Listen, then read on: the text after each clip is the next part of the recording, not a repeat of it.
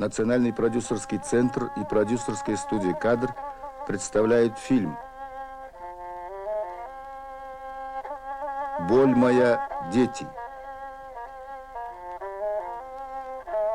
В фильме участвуют детский врач, академик Камал Сарварович Ормантаев и жители ряда областей Казахстана.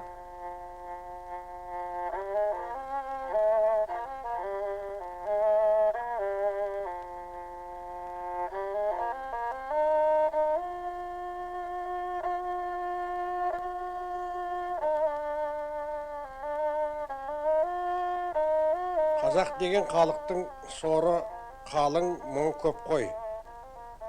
Ол бастан не кешірмеді. Шыдамдылығы да таңғаларлықтай. Менің бала дәрігер болуыма үлкен себеп болған біздің семьядағы үлкен трагедия болды. Әке шешеміздің 6 баласы қайтыс болған. У нашего народа много горя и печали, и терпеливости его можно позавидовать. Я стал детским врачом осознанно. У моих родителей дети умирали, не доживая до 2-3-летнего возраста. Они потеряли 6. Вскоре родился я, 7-й ребенок, и пережил этот трагический рубеж. Шешем екқабат кезінде бір құмалақшы келіп айтыпты. Соны кемпірлерден өз құлағыммен естідім. Мынау екқабат екесіз, қиналып жүр екесіз, ер бала туасыз, оның атын Камал деп қойыңыз. Одан кейін тағы да екқабат боласыз, оның атын Самал деп қойыңыз. Сол 7-ші, 8-ші баласы тірі қалдық.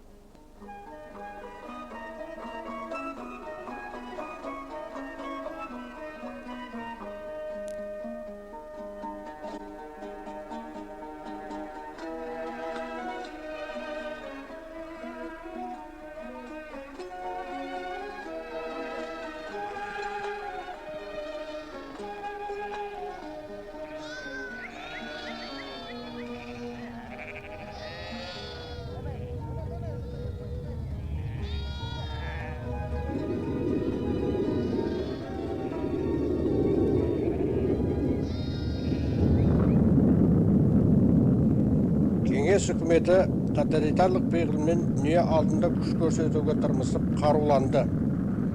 Қару-жарақтың жаңа түрлерін шығаруға... Сегодня всем известны цели советской власти. Для укрепления своего превосходства она шла на все. Она превратила казахские степи в полигоны испытаний самых опасных видов оружия массового поражения. Самый крупный атомный полигон, первый космодром, другие центры по испытанию новых видов вооружения – все это находилось у нас. Самые крупные лагеря, правда не пионерские, тоже были здесь. К нам ссылали целые народы. Земля эта стала полигоном испытаний терпеливости и выносливости казахского народа.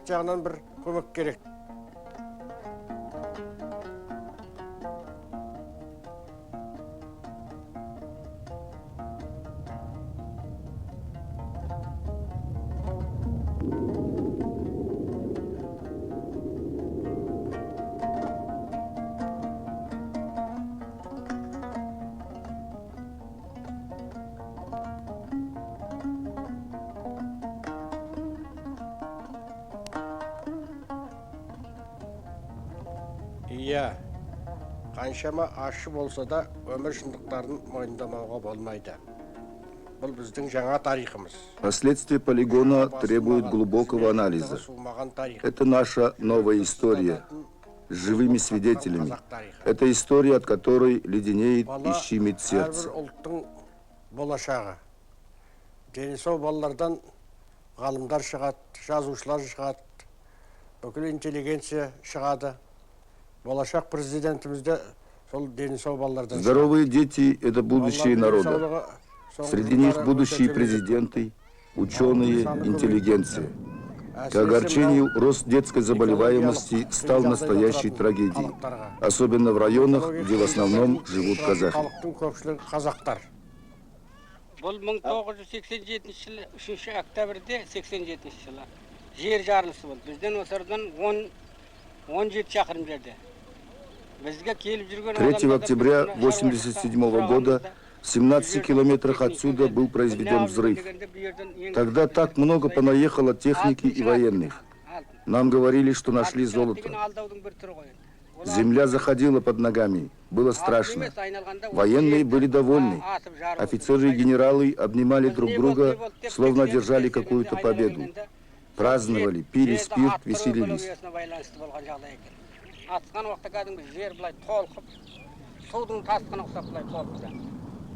Оның өзінен де благополучно шықты деп, жаңағы ішіндегі офицері ма, генерал ма, біз білмеймін, мойнынан құсақтап, бірін-бірі сүйіп, экспертіне ішіп әйін салып жөніне кетті. Бұл благополучно адам шығын болған жоқ. Ал сол жарылыстан кейін көптеген өзгерістер байқала бастады. После взрыва стали появляться странные изменения в природе.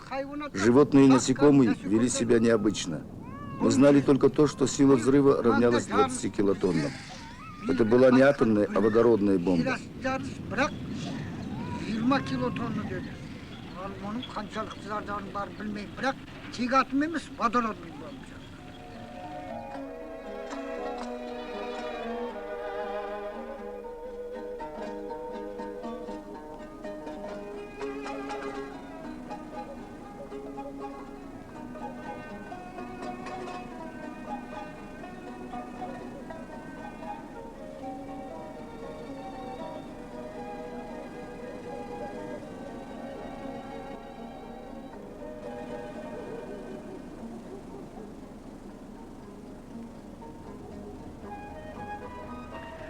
Sosun mal деген семірді ғой.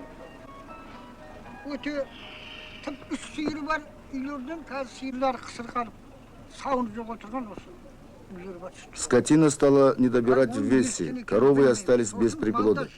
Потом на скотине появились болячки, раны. Особенно пострадали верблюды и овцы. Резко увеличилось бешенство среди волков и собак. На моих глазах на овцу бросилась лиса и откусила губу. Пришлось убить и лису, и овцу, и сжечь их.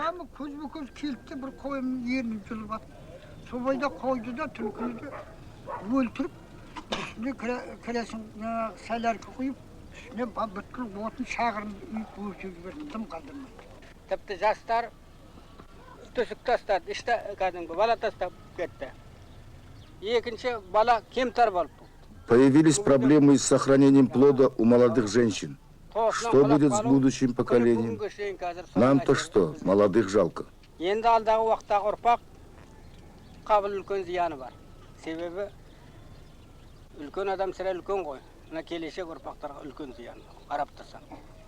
Айтқанда оны бұлай ғой. Мен сенде тұқымымызда ондай болған жоқ еді. Оның жағыда кемтар туған. Кішкентай немерем ғой. В роду ничего подобного не было. Вот ему 8 месяцев с такой рукой родился. Что он подумает о нас, когда повзрослеет? Конечно, если выживет. Вода, которую мы пьем, очень низкого качества. На ее поверхности плавают нефтяные пятна. В 70-80 километрах от нас днем и ночью горит газ. Никто и не думает заглушить его. Мы дышим этим воздухом, он косит женщин. Они по несколько дней страдают недомоганием. Каких детей могут родить эти женщины? Нация вымирает, но никого, похоже, это и не волнует.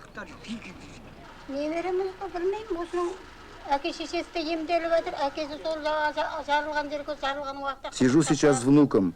Родители находятся в больнице. В тот день из-за любопытства наблюдали они за взрывом.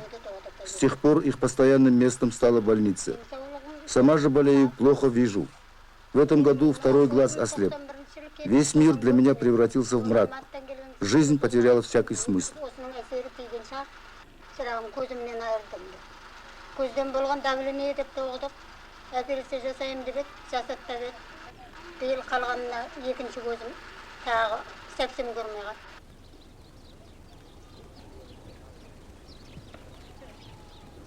Барлық осы тексерсең оны алуға болады материал. Мен фактімен сөйлеп отыр. Мен де жауап беретін адаммын.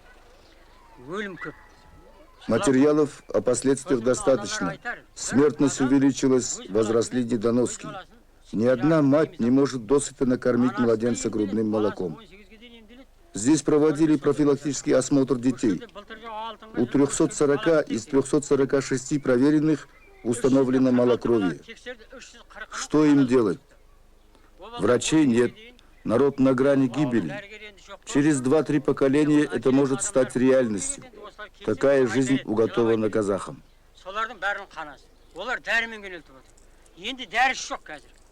Экологиялық дертке ұшыраған аудандарды дәрімен қамтамасыз ету жөніндегі шара алмаса, осы жерде халықтан айырылады.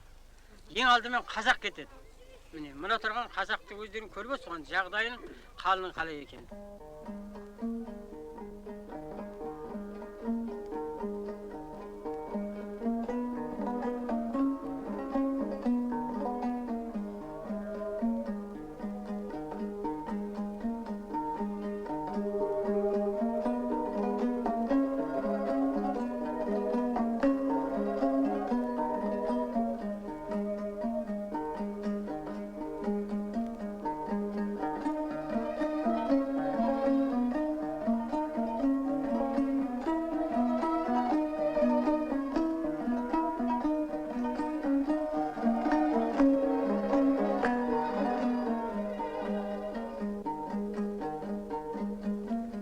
Үмітпен, сеніммен өмір сүрген халықтың қабырғасын қаусатып, арман мұратын аяққа басып. Народ жил, надеялся и верил. Пренебрегая всем этим, власть нанесла ему невосполнимый урон. Нарушается генофонд нации. Кто вернет народу долг за его страдания и муки? Кто за это ответит? Бұның 29-дан 30-ға келетін кепсе темір өзетін дені сау деген баласы бір күнде қайып болды. Бір күнде деме қалай айтуға болады. Бір айдың ішінде бітіп болды. Появились новые болезни. Вот перед нами сидит Аксакал.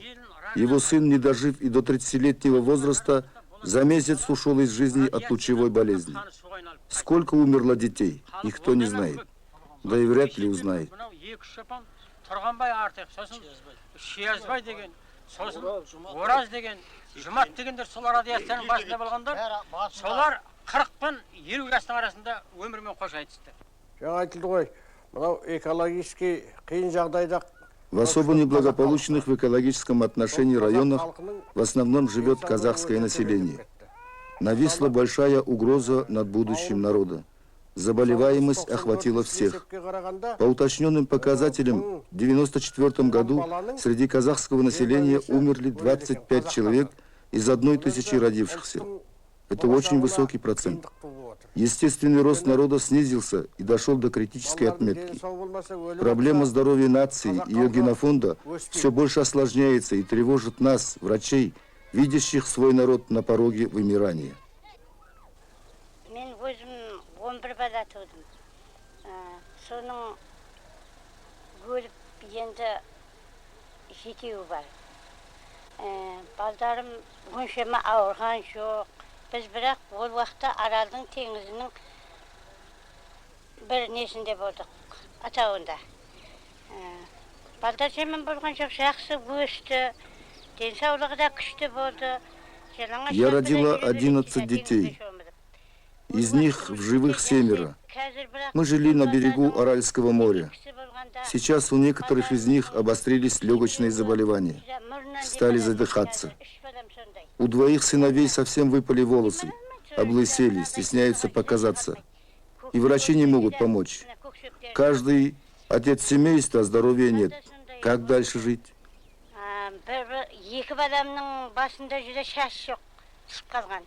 Сонда ол денсаулықты кемес қой. Шаштарының барлығы түсіп қалды, тіпті бастары жылыңыз таза адам сияқты. Қазір сол ауадан көреміз бәрінде, экологиядан көреміз. Доғдырлар да оған іштен істеп атқан жоқ. Сондай қазір денсаулық кемдеу. Балдар енді қазір азамат болып жұмыста жүр ғой, сонда да денсаулықтары кем. Давление болып атыр.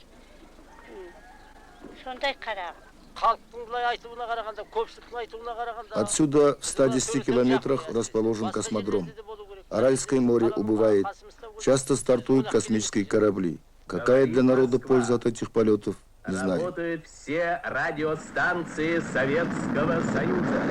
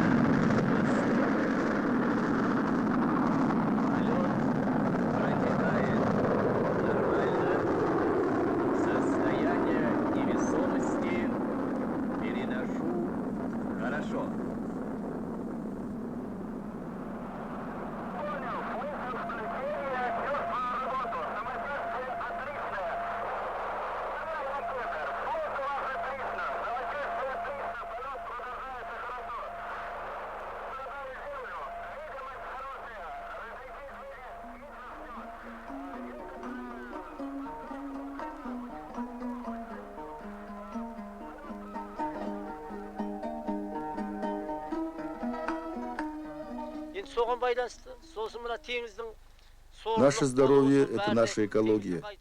Если у тебя выпадают волосы, ты плохо дышишь, у тебя высокое давление, то невольно считаешь себя заложником экологической катастрофы. жағдайда кімге пайда болған енді денсаулыққа пайда жоқ деп жатырмыз ғой.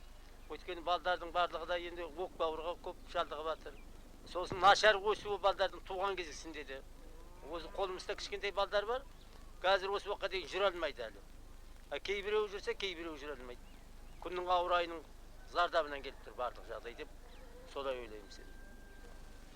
Енді осының бәрі өзіміздің қазіргі денсаулығымызда көрініп тұрған практика жұмыстар ғой бұл енді. Раньше даже в послевоенные годы дети плохо одевались, но у них было здоровье. А сейчас все наоборот. Все в красивой одежде, но у них нет здоровья. Плохо дышат, плохо спят. Сами худые, будто их не кормят. Ол жалпы осы маңайымыздағы елдерде де сондай көп енді өздерінде.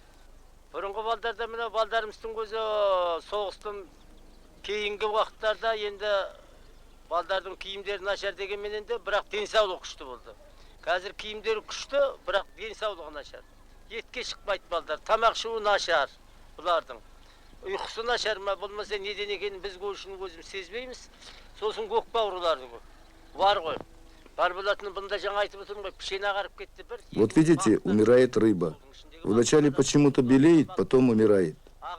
Почему и за что нас проклял Бог?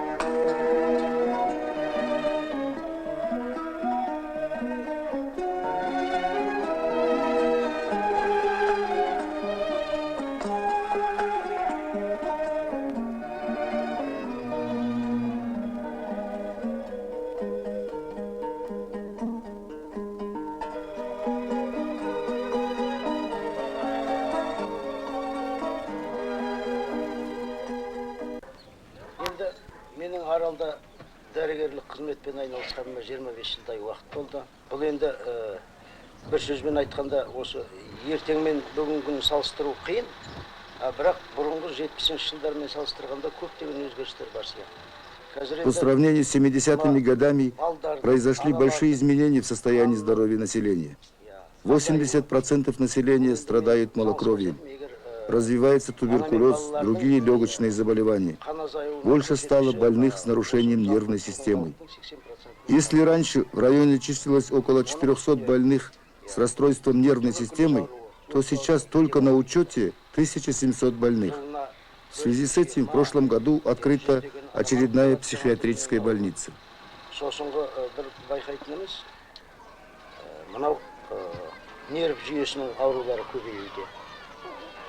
Аллергиялық аурулар көбеюде. Бұрын енді осы қазір ауданда бұрын 300-дей, 400-дей адам нерв жүйесімен шалдыққан ауыратын болса, қазір оның 1300-дей адам қазір есепте тұрады. Жақында былтырғы жылдан бастап 6 орындық психиатрический больница ашылды. Әсіресе осы мына адамдардың көңіл күйі. Лицо – зеркало состояния души и физического здоровья человека. Зеркало потускнело. Практически нет здоровых детей-подростков. Если раньше комиссия признавала призывника негодным к службе, то это было ЧП. А сейчас 3 из 4 признаются негодным к службе в армии. Комментарии, по-моему, излишни. Трудности не преодолеваются, а с каждым годом усугубляются. В больницах люди лечатся семьями. В центре Аральского моря, недалеко от нас, находится остров Возрождения, центр испытания бактериологического оружия. Это стало нам известно сейчас. Какие имеются последствия? На этот вопрос не ответит никто. Нам было мало космодрома, мало усыхающего моря, своих тяжелых климатических особенностей. Да еще ко всему этому под носом проводили испытания бактериологического оружия. Что станет с нашими потомками, мы не знаем. Через 2-3 поколения нормальный демографический рост народа может остановиться вовсе. Каких только сейчас болезней у нас нет. Холера, чума, желтуха. Не хочется перечислять. Не с острова ли они берут свое начало? Арал болды. Енді осы аралдың жабылуында ешқандай мысалы бұл медициналық жағынан, немесе биологтер жағынан, немесе ғылым академиясы жағынан сол қалай жабылды. Соны бір бақылайтын комиссия, бір мамандар болған жоқ. Осының последствиясы қалай болады? Бірнеше жылдардан кейін мысалы біздің ұрпақтарымызға сол әсер ете ме? Мысалы бүгінгі семьяны көргеннен кейін менде ой қалып отыр. Осылай бір кездері бір 2-3 поколенияден кейін, 3-4 поколенияден кейін бізде ұрпақтарымыздың дамуы тоқтатылуы мүмкін. Неше түрлі аурулар бар. От здоровой матери рождаются здоровые дети. За последние 30 лет наблюдается ухудшение здоровья матерей. Многие матери, не делая необходимого физиологического перерыва, решаются на роды следующего ребенка. Оправдано ли это? С медицинской точки зрения это безрассудно. Зачем увеличивать численность больного поколения? Такое увеличение численности народа является недопустимым. Наследственные болезни излечить невозможно. Для восстановления всего утраченного уйдут десятилетия. 1987 жылғы жарылыстан кейін біздің құдықтарымыз ашып кетіп қазіргі осындай ауданның орталығындағы шет жерлерде 5-6 бұлақ бар. После испытания 1987 года во всех колодцах изменился состав воды. В отдаленные аулы вода доставляется цистернами. И в скважинах вода испортилась вся. Раньше пили чистую питьевую воду, а сейчас и собака не будет пить ее. Скважиндардан құйылып жатады, оны бірақта сол скважиндардың өздерінде де қазір ашып кетіп. Бұрын құдық бар ма еді бұл жерде? Бұрын бұл жерде құдықтар бар, құдықтар көп, барлығы қазір ашып кетіп тұр. Жақында бірінші съезіміз өтті. Сонда айтылған мәселелердің көпшілігі сол қаржының аз бөлінуі, бүкіл медицинаға қаржының аз бөлінуі. Недавно прошел наш первый съезд. Многие наши беды напрямую связаны с финансированием. В развитых странах 15% национального валового дохода расходуется на медицину, а у нас этот показатель равен только 2%. С просьбой довести его до 5% от имени делегатов съезда обратились к президенту. Здоровье детей – дело государственное. Дети не могут объявлять голодовки, писать жалобы, переходить в оппозицию. Их нужно оберегать.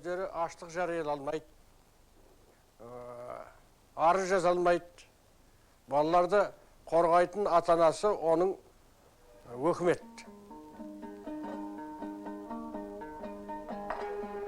Ал енді еліміздің президенті Нұрсұлтан Әбішұлы Назарбаев Президент страны Назарбаев принял программу до 2030 года.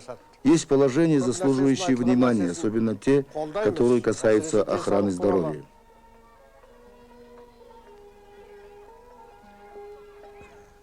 Үміт үзілмейді.